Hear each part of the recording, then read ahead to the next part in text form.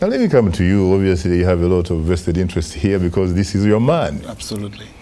What makes you think that your man still remains the best man for the job? Yeah, I think so. I just pray that this election will go through and in the peaceful way, because right now everybody is a little bit shaky. But if you know the process, Senegalese election process, since Senghor, before independence, Senegal is really an old, country who have a lot of expertise about election.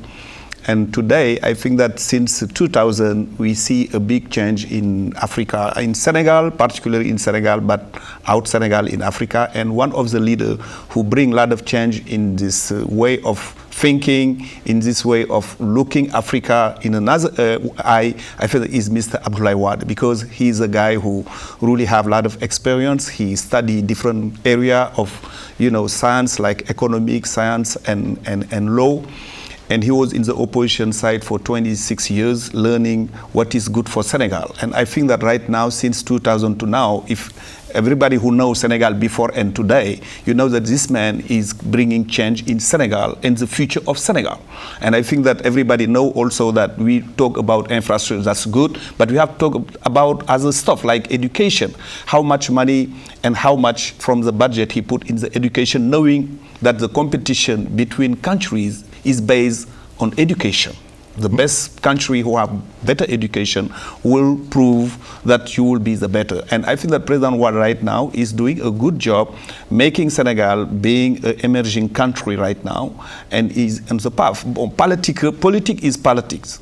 Any particular reason why some of his former allies, for example, his former foreign minister, yes, Dr. Gadio, yes, they are also former prime ministers and what have you. Any particular reason why they actually left him and are now trying to compete against him if he's such a great leader as you have portrayed him? No, I think that he's a great leader, he's a straight leader. It's just because everybody is looking for his own interests. If you look at Senegal, it's 12 million. The population is about 12 million. 14 now? Right? 14 million. We don't have the new, census. But what is going on is, in this tiny country, with this tiny population, not compared to the United States, they have 170-something parties, political parties. Right. That means something. Right. That people of Senegal, they don't agree together. Okay. They cannot even sit and talk. That is democracy. Yeah, I know, that's okay, but I'm saying that even democracy is like diversity, is everybody can say what you want. But in a country, if you want to build a country, if you want to have result, I don't think that like a university or road is political. This is infrastructure everybody can agree on. Look at the new airport. He will do the inauguration today or tomorrow. And we never think about, we Senegalese in my age, in my generation, thinking that, we can have a president in 10 years, putting all these resources and make things that happen that people can see. Because before, we was working with international institutions like World Bank, IMF, and all like traditional cooperation we have. You look at how much in 10 years, he has done. He is doing this so type of thing. So because he has done that, you really feel that he needs to stay on so he can do a little bit more. Thank you, because but if that is the argument, honestly, Mamadou, then let's go to Brazil. Let's look at a man called Lula da Silva. Exactly. He was in power for only 8 years. I know. Within those 8 years, he was able to lift more than 20 million people from poverty to the middle class. Yes. He was able to make a lot of people have unfettered access to electricity, education, yes, clean, drinkable water, and all that kind of stuff. And by the time he left office, exactly, according to the public opinion polls, yes, he was probably the most popular president. I know that. Not only in Brazil, but in the world. I know that. How come he did not say, you know what? And even the Brazilian people say, you know what? This guy is terrific. He's done such a great job. We cannot afford not to have him in State House in Brasilia. I know that this case is very interesting, but in the other side also, you look at our constitution. Abdoulaye Wade is running his second term, not his third term.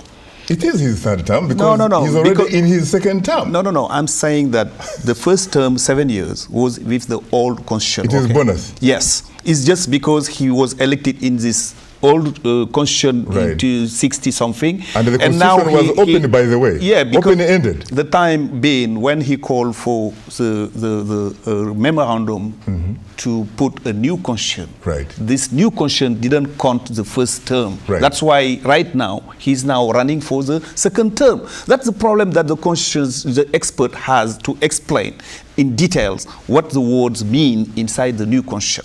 Why didn't he amend the constitution? Yeah, he could have amended the constitution. Like one day I was talking with former president of Ghana. Exactly. John Kufuor. Yes. He felt that the constitution of Ghana needed to be amended. Exactly. Because they have 2 terms, each one is 4 years. Yes. He wanted it to be amended so that each term becomes 5 years. But he did not want to benefit from that amendment. Okay. If your man is such a Democrat, and a lot of people in fact say he was a Democrat, at least when he was in the opposition. He's still a Democrat. If in fact he is that kind of Democrat, why didn't he, yes, bring about constitutional amendments, but also make sure that he does not personally benefit from that amendment? Because there are a lot of people who are accusing him. Yeah. And perhaps it's a wrong perception, I don't know, but there is a perception that he's doing all this to make sure that his son Karim, is it Karim? A man, by the way, who does not speak Wolof, is illiterate in the national language of your country. Yeah, I know. He wants him to be the guy who succeeds him. No, this is in the mind of people, and the opposition have a good argument there to try really to convince Senegalese people in the world. Also the world that Abdoulaye Wade want to put his son. He never think about that. Senegal is not... How can you say he never thought about that? His son lost an election. Senegal is not the type of... elections. Yeah, I know. He's now a super minister. But Senegal is not the type of country with our democratic system, very old, to accept that one president come here, have your term pass, and you take your son and you put it there. It's not possible. It will never happen. Not possible? No, it never Karim is now happen. a super minister. No. In fact, the president is on record, frankly, saying... Everybody knows that he's a minister. He's doing a good job for Senegal. What we are interested in is the result that people bring on the table of Senegalese people. And the President Wade is the one who makes selection of his government. He has the power to do it and do it in the right way. But what is interesting is to let a country for 20 years, we're now changing anything. In 10 years, we change the face of Senegal about what's supposed to be an emerging country. And that's really what is about, what Abdoulaye Wade is moving things and changing also.